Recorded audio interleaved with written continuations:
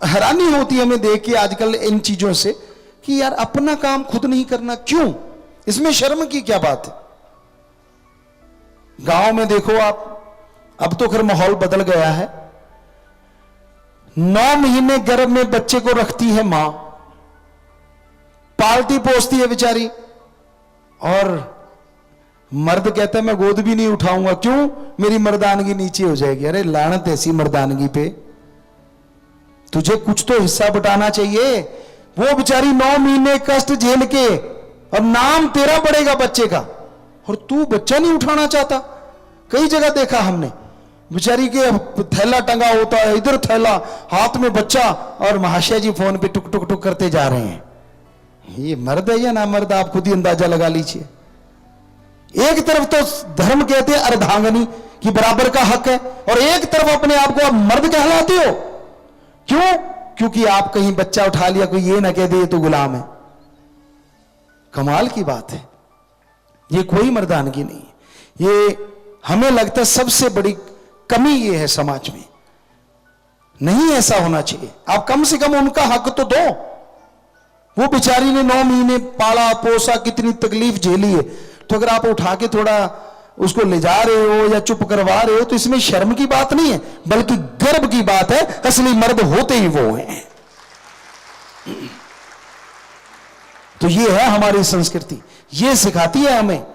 ये नहीं सिखाती कि किसी पे जुल्मी करते चले जाओ, किसी को पैर की जुत्ती बना लो, ये नहीं कहती। बल्कि पवित्र वेदों में तो बेटी को मां का दर्जा दिया है। आपने अनुभव किया हुआ, हमने किया है। जिनके बेटियां हैं, आप यहां बैठे हो, छोटी होगी बेटी, लेकिन मां का काम जरूर करेगी। पापा आपके ये कपड़े में बटन नहीं खुला हुआ है, आप ये खाना खा लो, आप वो खा लो, आप नहा लो, आप ये कर लो, बालों का स्टाइल ये कर लो, वो कर लो, फलां कर लो। होता है ना, आपने महसूस किया होगा। जी हाथ खड़े हो रहे हैं तो पता ही है आपको, सभी के हाथ खड़े लगभग। जी हाथ नीचे कर लें।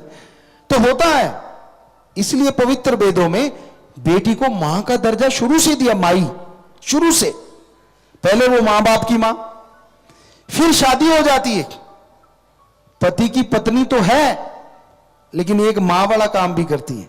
अजी आप इस टाइम मत जाइए, इस टाइम ये रुमाल ले जाइए, भागते आप जाते खाना तो जरूर खा जाइए, ये कर लीजिए, वो कर लीजिए।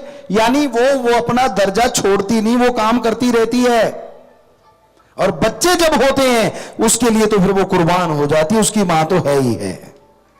तो आप उसको पैरों की जुत्ती बनाते हो, ये मर्दानगी है?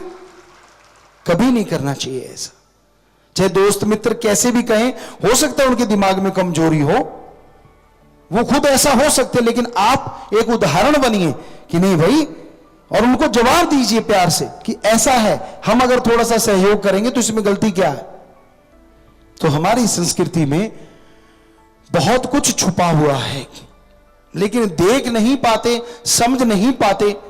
यही वजह है कि आज वो देश जो पूरी दुनिया का गुरु देश कहलाता है, वहां के लोग टेंशन में हैं, परेशानी में हैं, दुखी हैं, बीमार हैं। अरे वे प्रोटीन जो अभी आया है, शायद आपको पता ना हो, दूध बिलोते हैं पुराने टाइम में, मक्खन निकाल लिया, छाछ जो बचती है उसमें कहा करते छिड्डी सी आती है, असल में वे प्रोटीन होता ही वो, उसमें प्रोटीन का खजाना होता है। राजस्थान में वो लस्सी आज भी पी जाती है, और वहां गांव के गांव में डॉक्टर नहीं, आरएमपी भी नहीं है, क्योंकि इतनी प्रोटीन डाइट और उनकी हाइट और उनकी बॉडी, ये आज भी कई गांव में ज्यों के त्यों है। तो बच्चों जो कहते हैं ना यार लस्सी का क्या पीना, छाछ में इतने गुण हैं, लेकिन बस कई हो जाता है ठंडा ज्यादा पी लिया तो नजला वगैरह जुकाम हो जाना, ये तो आपकी कमी है। उसको रूम टेम्परेचर यानी नॉर्मल पीजिए तो वो बहुत फायदेमंद है। आयुर्वेदा भरा पड़ा है इन चीजों से, हमारे घरों में खजाना है, खजाना। लेकिन जब मार का दूसरा लग के आता है तो आपको ज्यादा अच्छा लगता है। चक्कर ये है, कपड़े चाहे प्याज के कट्टे के क्यों ना बने हो, पर मेड इन इटली हो, मेड इन जापान पहनोगे गर्व से, चाहे ऐसे करते ही फट जाए कोई बात नहीं। ये मनोदशा होगी इंसान की।